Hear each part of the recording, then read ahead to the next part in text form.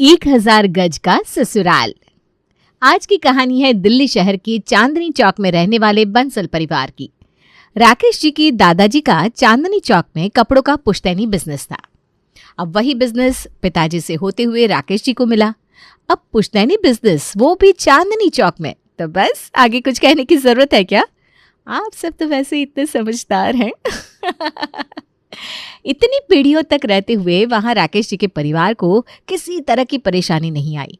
लेकिन अब समय के साथ साथ परिवार भी बड़ा होता चला गया। 2 बेटे ऋषभ और चिराग की शादी हो जाती है और 2 बहुएं घर में आती है। और फिर जब उनका भी परिवार बढ़ता है, उनके भी बच्चे होते हैं। लेकिन अब चांदनी चौक जैसी जगह में वॉक करने के लिए पार्क और बच्चों के लिए प्लेग्राउंड कहाँ से होंगे? अरे कहाँ जा रही हो बहू, वो भी इतनी सुबह सुबह? अब यहाँ चांदनी चौक में कौन सा कैंस का रेड कारपेट बिछा हुआ है जो मैं रैंप वॉक के लिए जा रही हूँ? आरव की कोई फिजिकल एक्टिविटीज नहीं रहती है, इसलिए मैंने इसे ताइक्वांडो का क्लास ज्वाइन करवा दिया है। अच्छा ठीक है, जा छोड़ कर आ। पूनम चली जाती है और हेमा जी बड़बड़ाने लगती है। आजकल की बहुएं तो बस इसी इंतजार में रहती है, कब सास कुछ पूछे और उसकी जुबान बाहर खींच लो। एक हमारा जमाना था। तभी एंट्री होती है छोटी बहू अंकिता की। छोटी बहू अंकिता के तो लटके झटके ही अलग होते हैं। क्या बड़बड़ा रही हो सासू माँ? आखिर कहना क्या चाहती हो? आपकी सासू माँ ने जो आपके ऊपर अत्याचार किए, अब वो हम भी सहन करें क्या? अत्याचार? अरे ये बोलते हुए भी ऊपर वाले से खौफ खाओ बहू। मेरे जैसी सीधी सास तुम्हें अल्लादीन का चिराग लेकर घूमोगी ना, तब भी नहीं मिलेगी। तभी दरवाजे की घंटी बजती है और अंकिता अपना पार्सल रिसीव करने जाती है। तभी ऋषभ वहां आता है। ओह माय गॉड, कितनी ब्यूटीफुल ड्रेस है। आज की पार्टी में तो बस मैं ही दिखूंगी, जैसे अंधों में काना राजा। अरे फिर से नए कपड़े मंगा लिए? पहले जितने कपड़े हैं उनको तो पहन लो, उनको रखने की जगह नहीं घर में। जैसे ही अलमारी खोलो सारे ऐसे ऊपर गिरते हैं जैसे कह रहे हो मुझे पहनो मुझे पहनो। अब इसमें मेरा कोई दोष नहीं है, घर ही इतना छोटा है तो। और आपके ये छोटे घर के चक्कर में मैं अपनी इतनी खूबसूरत जवानी बर्बाद थोड़ी ना करूंगी। अब घर छोटा है तो क्या मैं अपने मन जैसे कपड़े भी ना पहनूं? अब मुझे जाने दो, किटी पार्टी के लिए लेट हो रहा है। अंकिता इठलाते हुए चली जाती है। अब क्या करे बेटा, कुछ समझ में नहीं आ रहा। अभी बड़ी बहू चिल्ला रही थी बच्चों के खेलने के लिए जगह नहीं है। बताओ मुझे क्या किया जा सकता है? हाँ मम्मी, मैं भी ये सब देख रहा हूँ। हाँ, और तो और निखिल का तो रिश्ता भी नहीं हो रहा है। अभी 1-2 दिन में एक और लड़की वाले आने वाले हैं। भगवान करे इस बार बात बन जाए। तभी पीछे से निखिल आता है। अरे मम्मी, भगवान नहीं, अब आप लोगों को ही कुछ करना पड़ेगा, नहीं तो शादी के ख्वाब सजाते सजाते वैसे ही मेरी शादी की एक्सपायरी डेट बहुत पास आ गई है। इसके बाद निखिल गाना गाकर डांस करने लगता है। अरे लाल चुनरिया वाली कोई घर मेरे भी लाओ, मैं कंवारा कब तक बैठू बैंड मेरा बजवाओ, अरे जैसा भी चलता है चक्कर चलाओ, मेरी शादी करवाओ मेरी शादी करवाओ। 3 दिन बाद निखिल के रिश्ते के लिए लड़की वाले आते हैं। घर में बहुत चहल पहल है, सब तैयारी करने में लगे हुए हैं। अंकिता, क्या क्या तैयारी हो गई है? नाश्ता रेडी हो गया है ना सब? हाँ भाभी, बस रेडी है। तभी दरवाजे पर बेल बजती है। राकेश जी जाकर दरवाज़ा खोलते हैं। अरे आइए भाई साहब, कोई तकलीफ तो नहीं हुई ना आने में? लड़की के मम्मी पापा दोनों एक दूसरे की शक्ल देखने लगते हैं। तकलीफ का तो क्या कहे भाई साहब, 500 मीटर दूर कार खड़ी करके आया हूँ। बाहर इतना ज़्यादा क्राउड और ट्रैफिक है कि कार तो क्या, हम ही आ गए वही बहुत है। निखिल, हेमा और राकेश जी एक दूसरे की शक्ल देखने लगते हैं। लड़की के मम्मी पापा घर के अंदर आते हैं और घर देखने लगते हैं। निखिल मन ही मन सोचता है, हे भगवान, ये इतने गौर से घर देख रहे हैं, मुझे तो डर ही लग रहा है।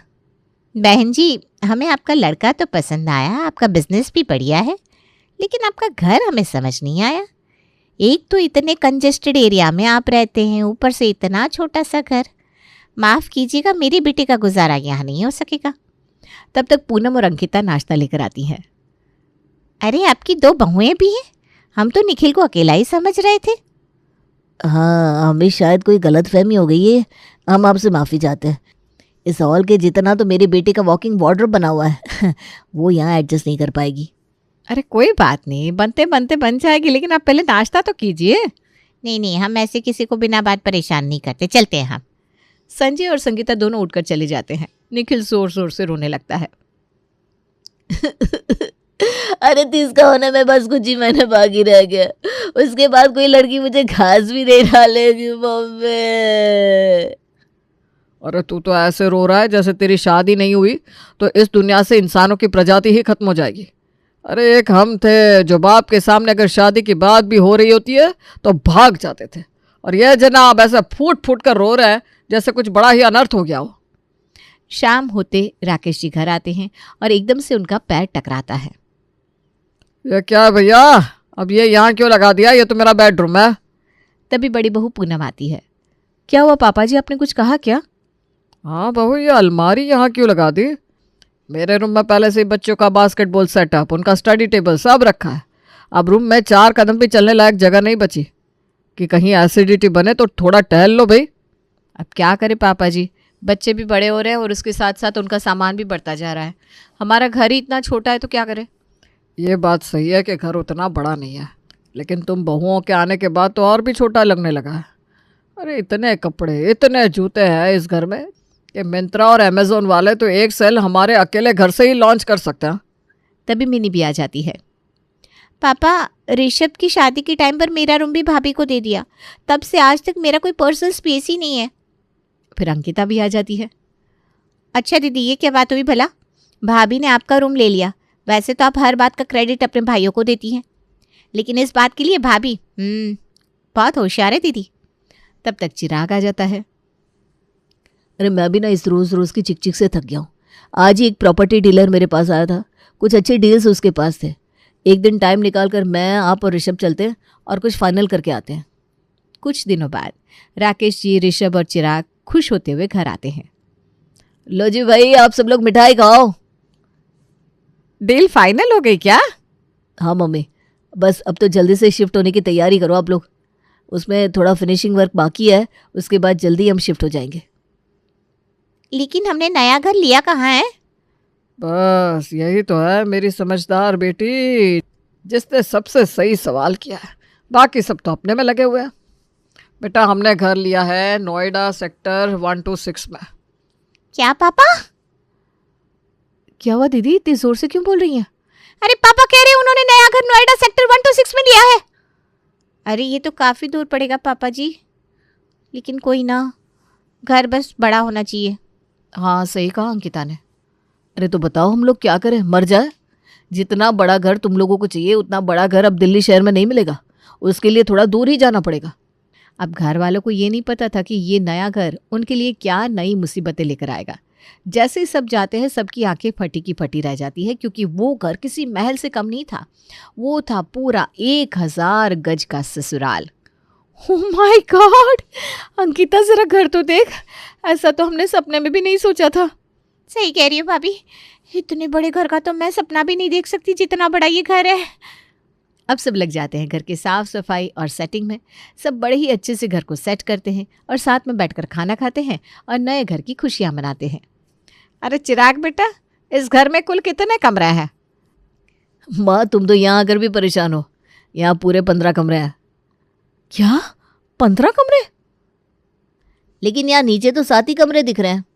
अरे छोटे, ऊपर देख कर आ, ऊपर भी पूरे 8 रूम है जो कि हमारे ही है। अब तो सब खुशी से फूले नहीं समा रहे थे, लेकिन ये खुशी ज़्यादा नहीं टिकने वाली थी। अगले दिन सुबह होते ही हेमा अंकिता को 5 बजे जगा देती है। क्या हुआ मम्मी जी, इतनी सुबह सुबह? कल रात को कितना लेट थक कर सोए थे। अरे बहू उठ जा, अभी तक सो रही है। तेरे पापा को 7 बजे दुकान निकलना है। दुकान 7 बजे मतलब? अरे पापा जी तो 9 बजे जाते हैं ना दुकान। अब दुकान पहले के जैसे घर के नीचे नहीं है कि दिन में 6 बार घर आ जाओ। जब ये लोग यहाँ से एक बार में जाएंगे तो साथ ही जाएंगे और एक बार में ही आएंगे, इसलिए ऋषभ को भी जगाओ। अरे भाई 2 घंटा लगेगा यहाँ से जाने में। अंकिता ये सुनकर सदमे में आ जाती है। क्या मम्मी जी, ये क्या कह रही हो आप? तो अब डेली सुबह 5 बजे जागना होगा क्या? और नहीं तो क्या, अब तुम्ही लोगों का घर छोटा पड़ रहा था, ले लो बड़ा घर। मम्मी जी आप ना ये सुबह सुबह ज्ञान मत दीजिए प्लीज़। अंकिता पूनम को जगाने जाती है और उसे भी पूरी बात बताती है। दोनों अनमने मन से किचन में काम कर रही हैं। खाना बनाकर उन्होंने अपने पतियों को विदा कर दिया। अब बारी आती है घर की साफ सफाई की। दोनों बहुएं बैठकर इस पर गहन चर्चा कर रही थी कि कौन कहाँ की सफाई करेगा। मैं झाड़ू मारती जाती हूँ अंकिता, तू पोछा लगाती जा। मान गए भाभी आपको भी, जब 1000 होशियार स्वर्ग लोग पहुंच गए होंगे ना, तब आपका इस धरती पर अवतार हुआ होगा। अरे कितनी सफाई से आपने बोल दिया कि पोछा लगा। मैं अकेले नहीं लगा रही पोछा। अरे झाड़ू में मेहनत ही क्या लगती है, पोछी में तो पूरा हाथ पैर कमर सब चलाओ। तब तक हेमा जी आ जाती है। अरे तुम दोनों तो ऐसे लड़ रही हो कि तुम दोनों को देखकर टॉम एंड जेरी भी शर्मा जाए। वहां बैठी मिनी जोर जोर से हंसने लगती है। आपको बड़ी हंसी आ रही है दीदी, थोड़ा काम आप भी करा दो। मम्मी मैं कॉलेज जा रही हूँ।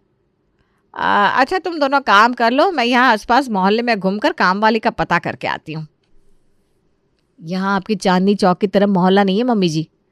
अरे कुछ तो ढूंढ कर लाऊंगी ना, और अगर तुम लोगों को कोई परेशानी ना हो रही हो तो रहने देती हूँ। नहीं नहीं नहीं मम्मी जी, नहीं नहीं ऐसा मत कहो। अब अगले दिन काम करने के लिए बाई घर आती है। मैडम जी आपका घर तो बहुत बड़ा है। हाँ तो घर तो बड़ा ही है। कितने कमरे में सब यहाँ? पूरे 15 कमरे हैं हमारे घर में। अरे बाबा, मैं नहीं कर पाएगी यहाँ 15 कमरा। अरे घर खरीदा है कि पूरी धर्मशाला? इतना बड़ा घर कौन लेता है रे बाबा? अरे इस घर की कीमत तुम क्या जानो शीला आंटी, मुझसे पूछो मुझसे। और ये कहता हुआ बॉल खेलते हुए वो निकल जाता है। अच्छा बताओ कितना लोगे इस घर की साफ सफाई का? नहीं नहीं मेम साहब, मैं करेगी नहीं ना। अरे परेशान क्यों हो रही हो, शुरू तो करो एक बार। ठीक है, कल से आएगी। सुबह 10 बजे आएगी, लेकिन रुपया पूरा 10,000 लेगी मैं मैम साहब। पूनम, हेमा और अंकिता एक दूसरे की शक्ल देखने लगते हैं। क्या 10,000? तुम्हारा दिमाग तो सही है ना? मैं तो एकदम सही बात कर रही है मैम साहब। लगता है आप पढ़ी लिखी नहीं है।